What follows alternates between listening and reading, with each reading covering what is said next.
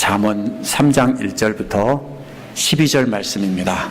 3장 1절은 아이들아가 아니고 내 아들아입니다. 원어는 내 아들아, my son 이런 말입니다. 2절은 왜냐하면이라는 말로 시작합니다. 또 3장 11절도 my son 하고 시작하고 12절은 왜냐하면이라고 시작합니다. 그러면 벌써 감을 잡으셨죠? 제가 뭐라고 했습니까? 앞과 뒤에서 똑같은 형식으로 이렇게 말하면 그 중간에 들어있는 부분이 이제 그 중심 내용, 강조하는 내용입니다. 내 아들아, 왜냐하면 3장 11절에서 내 아들아, 12절에서 또 왜냐하면, 그 가운데 끼어있는 말씀은 어떻게 잘 간직할 수 있는지 그 방법을 가르쳐 준 것입니다. 첫 번째로 1절부터 4절에서는 가르침을 간직하여라 그랬습니다. 근데 2장 6절에서는 뭐라고 했습니까? 내 가르침은 주님께서 주신 것이라고 했습니다. 이 가르침은 잠언 기록자의 가르침이 아니고 주님의 지혜와 지식과 명철이라고 했습니다. 근데 여기서 가르침이라는 말은 원어에서 토라인데, 물론 잠언 전체 중에서 가르침을 뜻할 수도 있지만 모세 오경을 뜻합니다. 원래는 문답식으로 주고받으면서 가르치는 모세 오경을 가리킵니다. 그러면은 이 잠언을 기록한 사람은 아들에게 그것을 가르쳤겠죠. 가정에서 부모가 가르치는 거니까.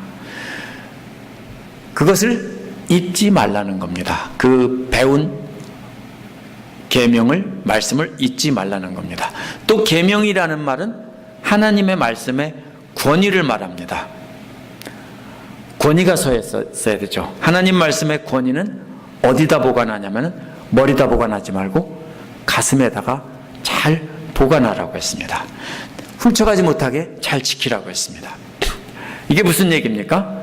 하나님 말씀을 머리로 배워서 기억하고 있는데 그것이 가슴으로 안 내려와서 그것이 하나님이 말씀하신 거라는 생각이 안 들고 그냥 잠언을 쓴 사람이 대충 썼다, 아니면 소설이다 이렇게 생각하면 뭐예요? 그냥 아버지가 하는 말이다. 그러면은 권위가 안 서죠. 그래서 권위를 잊지 말라는 겁니다. 무슨 권위요? 계명은 하나님 말씀이다 하는 하나님 말씀의 권위를 가슴에 새기라는 겁니다. 왜요? 권위는 뭘로 인정하는 겁니까? 가슴으로, 마음으로 인정하는 거죠. 머리로 인정하는 게 아니고, 그죠? 머리로는 우리 형제님 군인이니까 높은 사람이라는 것을 알죠. 근데 가슴으로도 존경합니까? 꼭 그렇지 않을 수는 있죠. 그죠? 머리로는 알아요. 그런데 가슴으로는 인정하지 않을 수 있다고요. 근데 이 말씀은 어떻게 하라고요? 머리로 잊지 말고 가슴으로 잘 그 권위를 간직하라는 것입니다. 그래서 2절에서는 그것들이 너를 장수하게 하고 해가 갈수록 더욱 평안을 누리게 할 것이라고 했습니다. 장수하는 것 자체가 복이 아닙니다. 하나님의 평화와 평화의 관계가 영원히 지속되는 것이 복입니다. 마치 신명기 5장 33절에서 너희가 차지한 땅에서 너희의 날이 길리라 하는 약속과도 같습니다. 만약 하나님 평화가 없이, 하나님과 평화의 관계 없이 영원히 장수한다면 그것은 복이 아니라 저주입니다. 그러므로 여기서 장수한다는 것은 하나님과 평화를 누리며 오래 사는 것입니다. 하나님과의 관계가 오래 지속되는 것, 영원히 지속되는 것입니다. 그것을 누릴 것이라는 겁니다. 3절에서는 인자와 진리는 1절에서 말한 가르침과 계명을 다른 말로 바꾸어서 비유적으로 표현한 것입니다. 가르침과 계명을 인자와 진리라고 했습니다. 인자는 뭡니까? 헤세드라는 말인데요. 한결같은 사랑입니다. 하나님의 계명에는 결국 한결같은 사랑이 담겨 있습니다. 하나님의 말씀에는. 또 진리라는 말은 변함없이 계속된다는 것입니다. 그것이 바로 하나님 말씀의 속성을 다른 말로 두 가지로 바꿔서 말한 것입니다. 그런데 이것을 어떻게 하라고요? 여기 보면 목에 걸고 다니라고 했습니다. 무슨 말입니까?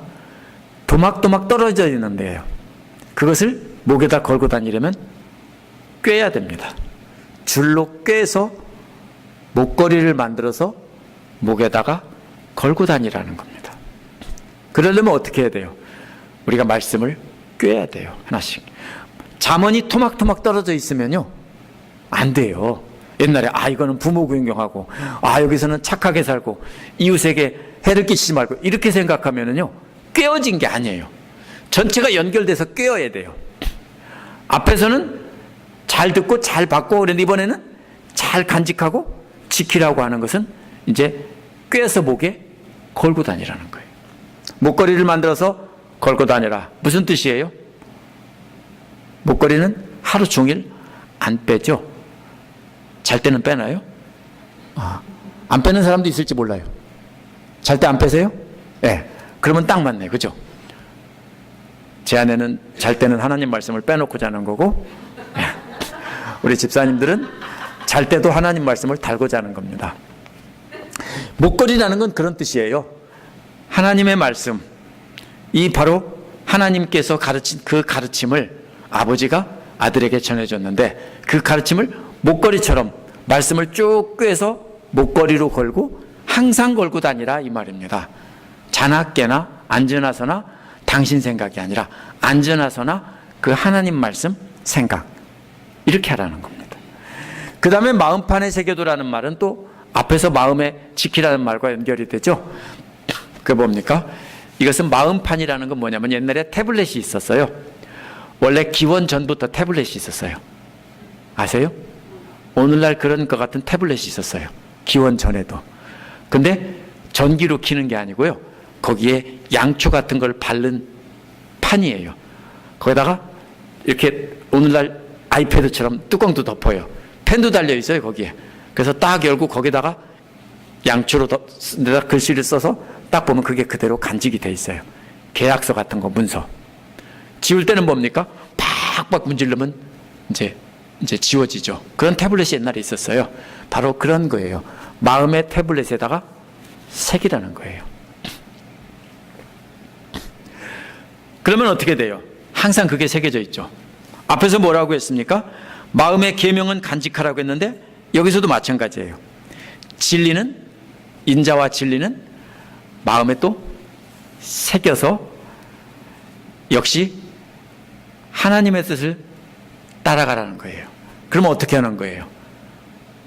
이 불쌍히 여기라는 거예요. 바로 인자와 진리를 저버리지 않는다는 말은 하나님의 마음, 한결같은 사랑을 마음에 가지고 있고, 또 변함없이 그 사랑을 계속 꾸준히 지속해서 행하는 것을 우리가 항상 갖고 있으라는 겁니다.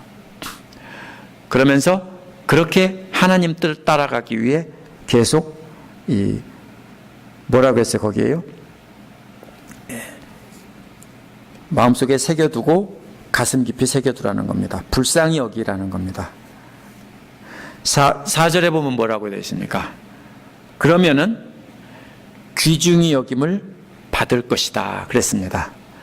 이 원어의 문자적인 뜻은요, 좋은 이해 또는 좋은 현명함, 이런 뜻이에요.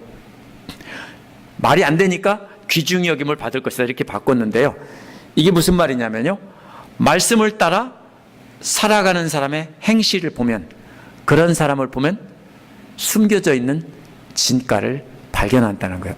저 사람 보니까 뭡니까? 말씀을 머리다 담고 가슴에 새기고 그 목걸이로 걸고 마음판에 새기고 이렇게 항상 사는 사람은 무언가 다르죠. 표시가 나죠. 말로 표시 안 나요. 말로는 하나님 말씀 잘 믿는다고 아멘 할렐루야 100번 찾지만요. 그래도 소용없어요. 행실로 드러나요. 어떻게 해요? 울컥하고 싶을 때 울컥하지 않는 걸로 드러나요.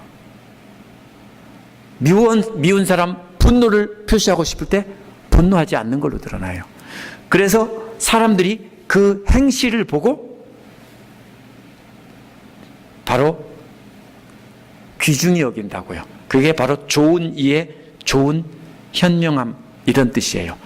어디 나오냐면요. 사무엘상 25장 3절에서 아비가일이 총명하다라는 말과 같은 말이에요.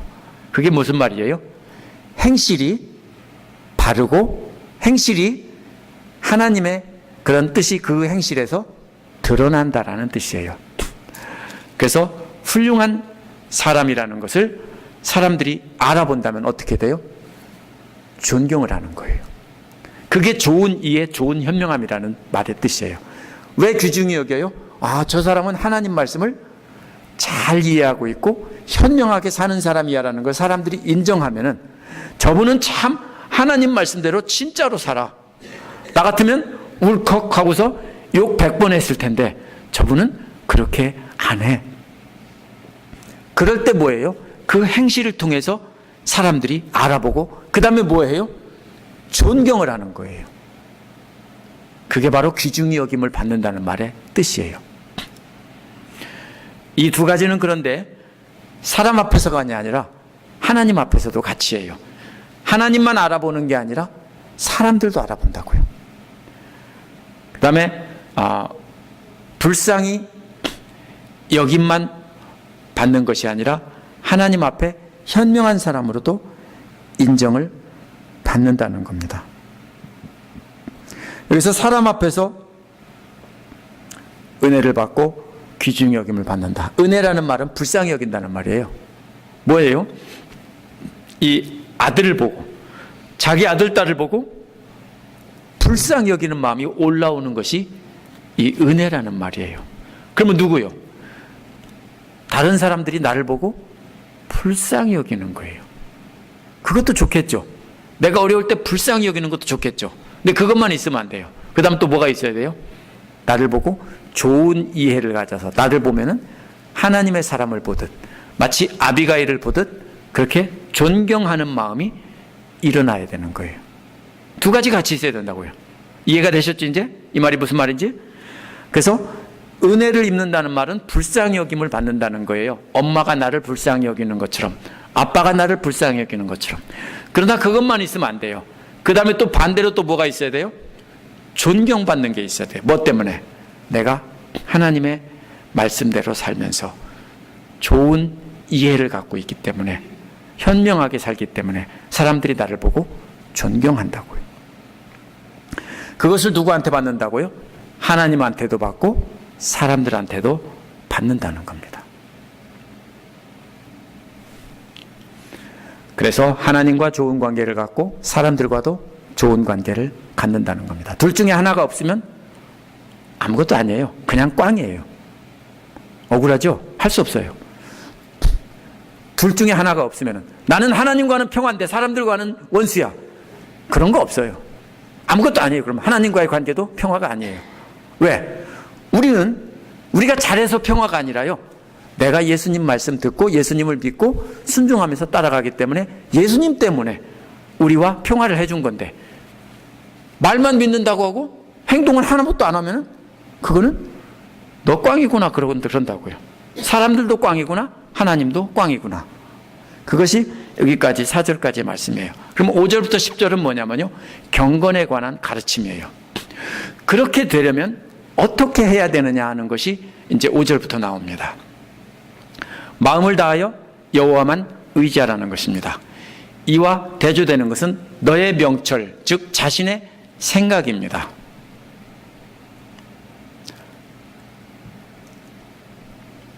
여기서 이 명철, 자신의 생각 이런 말은 바로 경험을 바탕으로 판단하는 뜻이 아니라 지식을 바탕으로 판단하는 것입니다. 그래서 자신의 지식에 근거해서 행동하지 말라는 겁니다. 자신의 명철을 따르지 말라는 것은 자신의 지식을 따라서 이거는 이렇고 이러니까 이것은 이렇다라고 자기가 판단해서 행동하지 말라는 겁니다. 그러면 어떻게 돼요? 나는 옳다라고 하죠. 선은 이렇고 후는 이러니까 나는 옳아. 그러니까 나는 이렇게 해도 돼. 아니요. 그렇게 하면 안 된다고요. 그건 자기의 지식을 근거로 해서 자기가 판단하는 것. 그게 사람의 생각이에요. 그렇게 하지 말라는 거예요. 베드로가 예수님의 말씀에 의지해서 자신의 지식이 아니고 그냥 뛰어내렸을 때는 무리를 걸을 수 있었어요. 조금 있다 보니까 자신의 지식을 근거로 해서 물을 보니까 물이면 빠져야 되는데 내가 걷고 있네? 그러니까 퐁당 빠졌다고요. 이해가 되세요? 우리가 하지 말아야 되는 건 뭐예요? 내가 가진 지식, 내가 지금까지 알고 있는 것, 내 기준, 내 판단 이런 거에 근거해서 내가 정죄하고 판단하고 행동을 하면은 안 된다고요. 그렇게 하고 어떻게 하라고요? 여호와만 의지하라고요. 여호와만 의지하고 그걸 어떻게 마음을 다해서 하라고 했어요. 온 맘 다해 몸부림치면서 여호와만 의지하려고 애를 쓰고 자기의 지식을 의지하지 말라고요.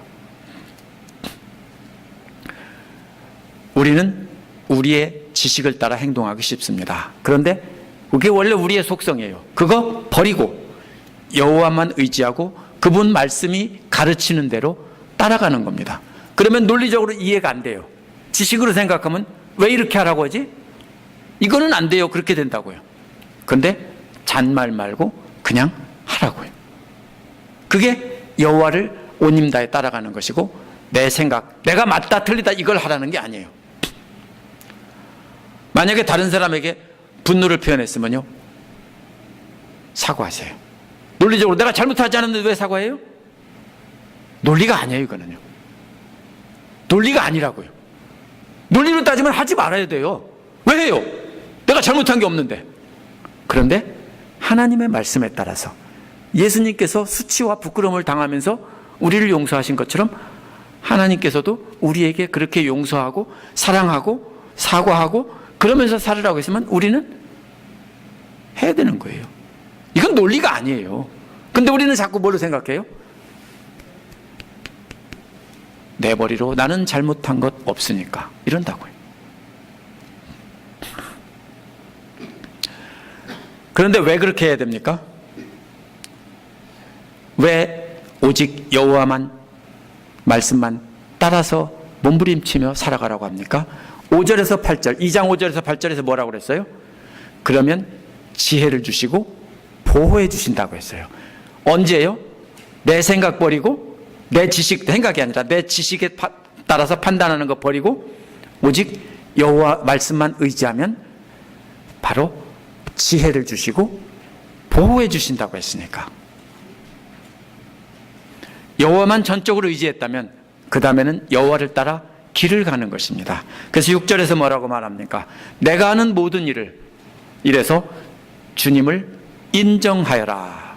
원어를 직역하면 내 모든 길에서 여호와를 알라 이 말입니다. 길이라는 말은 물론 진짜 길이 아니라 삶의 길을 비유적으로 말한 것입니다. 우리가 우리의 인생길을 선택할 때 뭐를 알라고요? 여호와를 알라고요. 여호와의 권위와 여호와의 권리와 또 권위를 인정하고 그것을 의식하고 행동하라는 것입니다. 여호와의 권위, 말씀의 권위를 인정하고 그것을 의식하고 행동한다면 우리가 그렇게 내 생각을, 내 지식을 따라 할 수 없습니다. 그럴 때 우리는 우리의 생각이 아닌 그분의 권위를 따라 우리는 길을 선택하게 되는 것입니다. 의지하는 데서 끝나는 게 아니라 그 다음에는 말씀에 의지했다면 그 다음에는 선택을 해야 된다는 것입니다. 그러면 그분께서 길을 곧게 해주신다고 했어요. 우리가 길을 곧게 하는 게 아니에요. 곧게 한다는 말은 뭐예요? 꾸불꾸불한 길을 바로잡는다는 뜻이에요. 구부러진 길은 뭐예요? 악을 뜻하는 거예요. 우리 앞에 있는 악, 구부러진 길. 곧은 길은 뭐예요? 하나님의 길, 의의 길을 말하는 거예요. 그러면 우리가 하나님 말씀을 따라가려고 할 때 악의 길, 꾸불꾸불한 길을 하나님께서 바로잡아 주신다고요. 그건 누가 하는 거예요? 우리가 하는 게 아니에요. 하나님께서 똑바른 길을 보여주시고 따라가도록 하신다는 겁니다.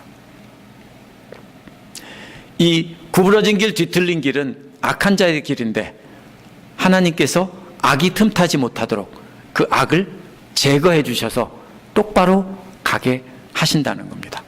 그러면 우리가 아무 생각하고 내 생각 따라가는데도 그렇게 해주신다면 얼마나 좋겠습니까? 내 생각을 접고 순종하고 포기하고 하나님 말씀에 이유 묻지 말고 따라갈 때 하나님께서 악이 틈타지 못하게 하고 의의 길을 갈 수 있도록 곧은 길을, 평평한 길을 만들어 주신다는 뜻입니다. 그래서 여호와를 6절에서 인정하라는 말과 반대말이 7절에서는 스스로 지혜롭다고 여기지 말고라는 말입니다. 여기서 지혜란 경험을 통해서 익힌 지혜입니다. 앞에서는 뭐라고 했습니까? 지식을 통해서 판단한 것이라고 했는데 이번에는 경험을 통해서 익힌 그 지혜를 뜻합니다. 경험이 뭡니까? 예를 들면 제가 차를 많이 고쳐봤어요.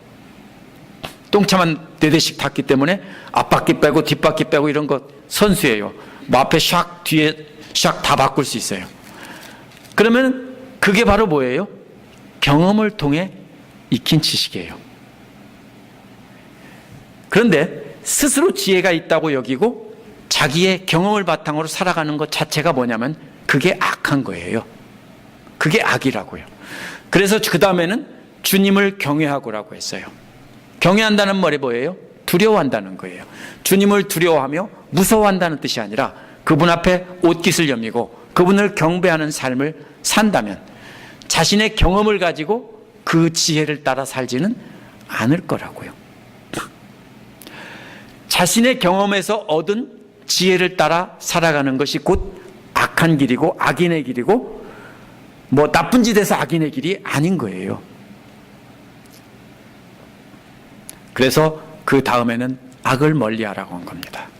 악을 멀리하라는 말은 그동안 따라가던 길에서 돌아서서 나오라는 거예요. 길을 잃었을 때 제일 좋은 방법이 뭔지 아세요? 돌아서서 아는 데까지 나오는 겁니다. 산에서 조금 이만큼 왔는데 조금만 더 가서 이렇게 가면은 원래 길 나오겠지 심작으로 가면 그 다음에는 얼어 죽는 겁니다. 한국에서 지리산, 설악산 이런 산에서도 들어가도 그렇게 판단하면 동네 뒷산에서는 안 얼어 죽어요. 근데 지리산 정도의 산에 들어가면요 겨울에 봄에도 여름에도 그렇게 들어가면 얼어 죽어요. 한여름에도 한국에서. 어떻게 해야 돼요? 되돌아서 원래 길로 나와야 되는 거예요. 이게 짐승이 지나간 길이요 길 같아요. 저도 산에서 그런 적이 있어요. 혼자 겨울에 산에 갔다가 한겨울에 길이 나 있어요. 멧돼지 다닌 길로. 거기로 가다가 1시간으로 왔는데 돌아가기가 너무 아까워요. 봉우리가 보이니까 그냥 질러 갔는데 절벽에 나오고 죽을 뻔했어요. 제 아내한테는 한 번도 얘기 안 했어요. 그날 죽을 뻔했어요. 맨손으로 암벽도 탔고요. 그렇게 해서 살아서 돌아왔어요. 3시간 걸릴 거를 6시간인가 걸려서 꼭대기까지 혼자 갔어요. 그러면 죽는 거예요. 악이 뭐예요?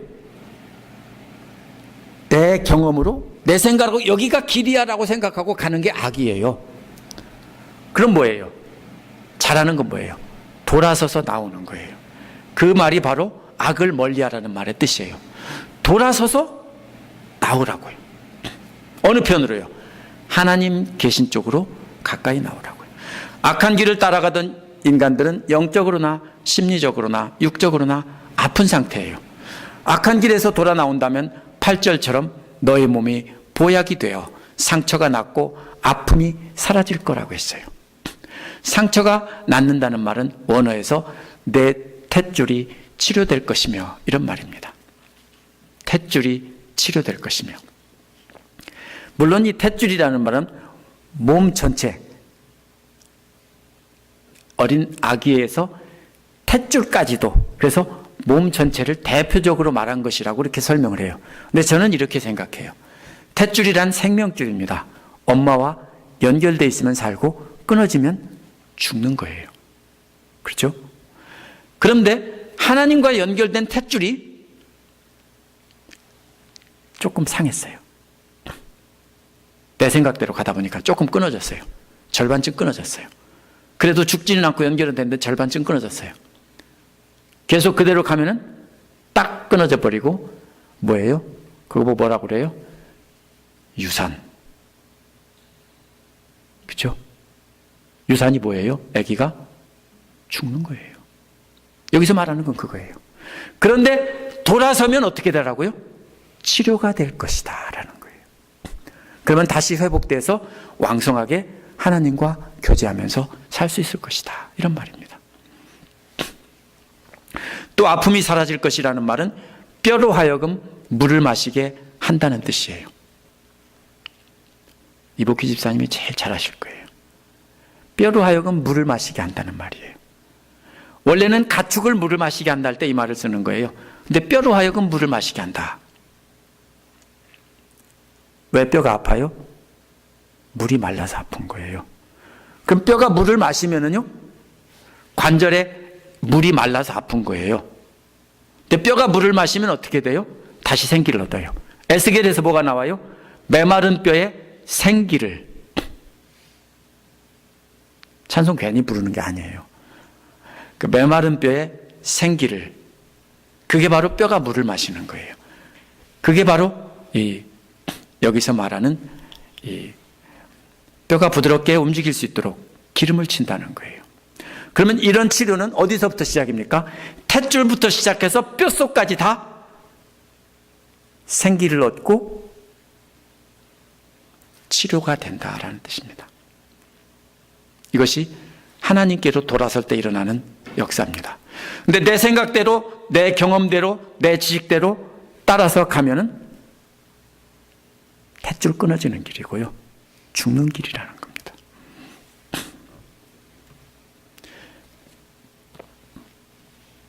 그렇게 탯줄에서 뼛속까지 다 새롭게 되었다면 그 다음에 9절에는 여호와를 공경하는 일을 해야 되는 것입니다. 속사람이 완전히 새롭게 되었다면 그 다음에는 새롭게 된 속사람을 가지고 예배를 겉으로 드러내라는 것입니다. 하나님과의 관계가 회복됐고 뼛속까지 새롭게 되었으면 그 다음에는 뭐를 해야 돼요? 그 심령을 가지고 하나님을 공경하는 겁니다. 마음으로만 나도 하나님과의 관계가 회복됐어요. 그러면 안 돼요. 그것이 삶으로, 예배로 드러나야 되는 것입니다. 주를 공경하라 는 것은 주님을 찾아가서 경배하고 예물을 드려서 높이라는 겁니다. 누구한테 찾아가서 예물을 드리죠? 아랫사람한테 가서 예물 드리는 사람, 그리고 가서 절하는 사람 별로 없어요. 그렇죠? 지금은 이제 법으로 금지됐으니까 못하는데 사과 상자 뭐 이런 거, 그죠? 귤 같은 거 이런 거 상자에다가 돈 밑에다 꽉 차게 채워서 이런 걸로 덮어가지고서 뇌물을 주죠. 그럴 때 누구한테 갑니까? 높은 사람, 힘 있는 사람한테 가서 갖다 주고 엎드려 절하죠. 그건 가짜 경배예요. 근데 지금 우리는 뭐 하라고요? 진짜 경배를 하라고요. 하나님 앞에 나가서 하나님을 경배하고 높여드리라고요. 드릴 예물은 뭡니까? 먼저 너의 재산입니다. 재산이란 말은 가치가 높은 귀금속을 뜻합니다. 집사님 가진 2캐럿짜리 다이아 반지, 그런 것이 바로 재산입니다. 자신의 소유 중에서 가장 귀한 것을 드려서 주님을 높이라는 것입니다. 또 땅에서 얻은 첫 열매로 공경하라고 했습니다. 땅에서 얻은 것이라는 말은 개역처럼 내 소산물이라고 하는 것이 좋습니다. 땅에서 얻은이라기보단 내 소산물, 그러니까 땅에서 얻은 이렇게 했지만 소산물이라고 해야 습니다. 그러면 뭐까지 포함됩니까? 가축을 기르는 것도 역시 포함이 됩니다.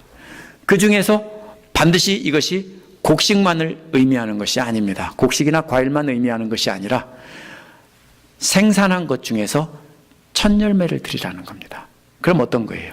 가장 좋고 가장 귀하게 여기는 것을 드리라는 것입니다. 우리 어머니가 한국에서 옥수수를, 찰옥수수를 검정색을 심었었는데요. 제 아내가 제일 좋아해서 제 아내가 제일 많이 먹었는데, 제일 먼저 첫 열매가 딱 열리면 우리 어머니는 그 말랑말랑한 걸 쪄가지고서 들고 어디로 갔냐면요, 교회 목사님 찾아가서 목사님 드세요 그랬어요. 왜? 첫 열매를 이렇게 드려야 된다라고 해서 드렸어요. 그럼 목사님이 하모니카를 부셨어요. 값 비싼 건 아니지만. 어떤 마음에서 그래요? 목사님을 존중하는 마음으로 이렇게 첫 열매를 드린 겁니다. 이게 뭐예요? 이게 경배하는 거예요. 이게 존경하는 거예요. 자기가 여기는 가장 귀하게 여기는 것을 뺏어 드리고, 자기가 생산한 것 중에서 가장 소중한 것을 드리라는 겁니다. 그렇게 해서 높이라는 겁니다.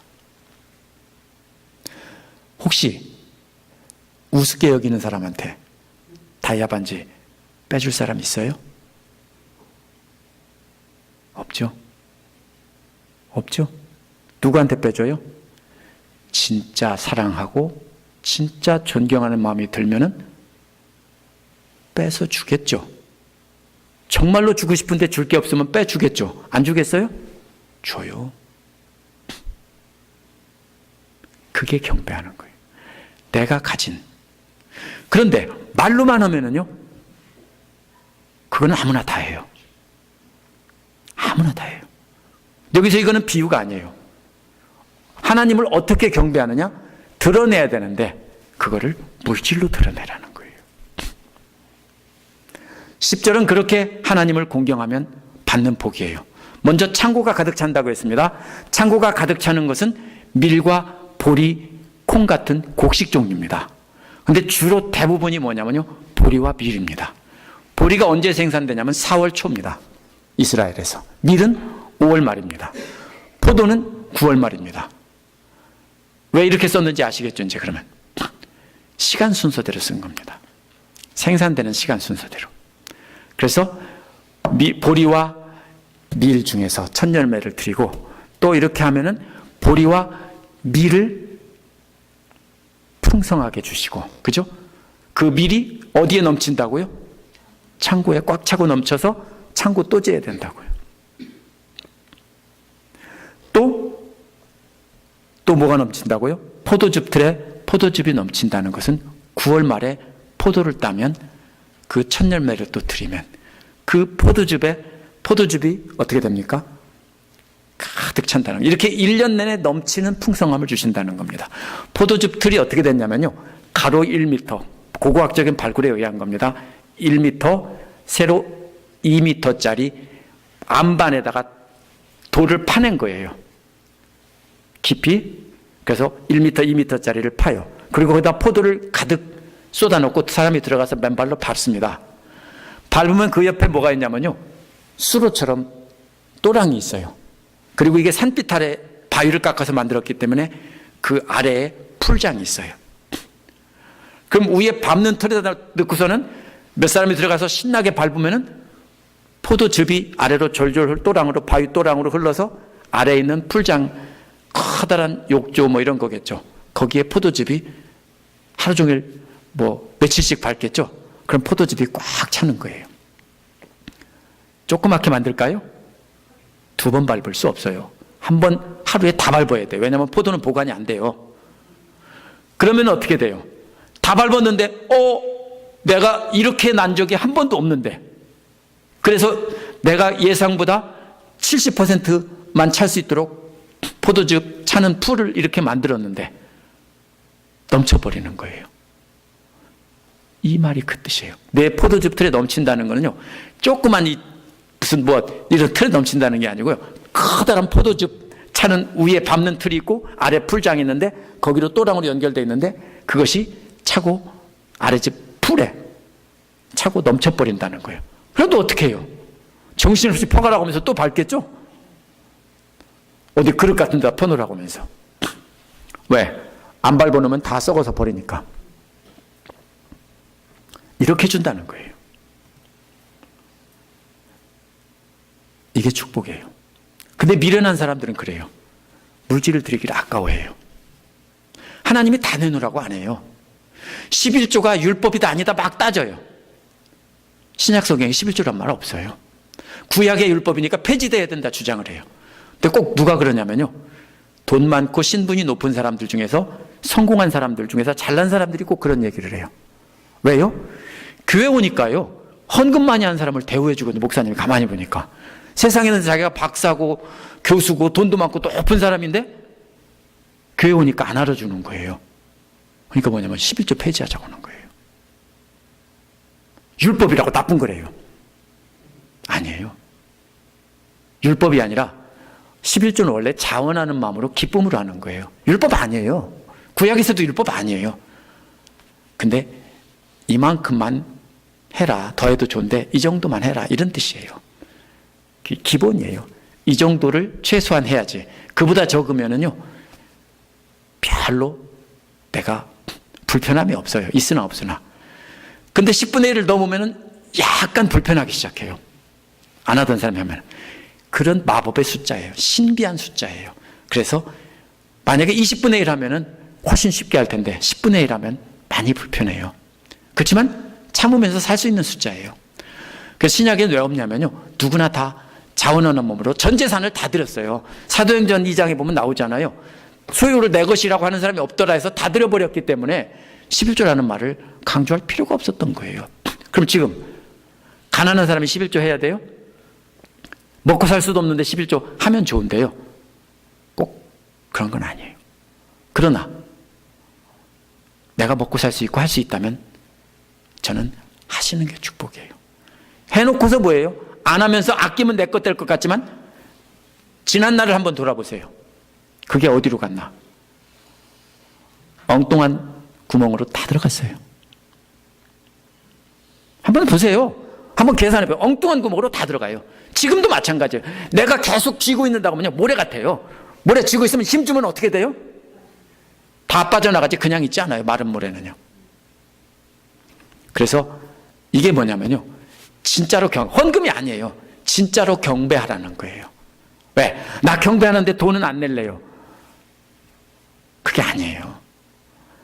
이 놀라운 축복을 놓친다고요. 제가 헌금 강조는 안 하는데 이 말씀 자체가 강조하고 있으니까 저도 그림처럼 이야기하는 겁니다. 그 다음에 11절에서 12절은 주님의 훈계를 거부하지 말라는 거예요. 11절은 1절과 똑같이 내 아들아라고 합니다. 이제 할 얘기 다 끝났어요. 그렇죠?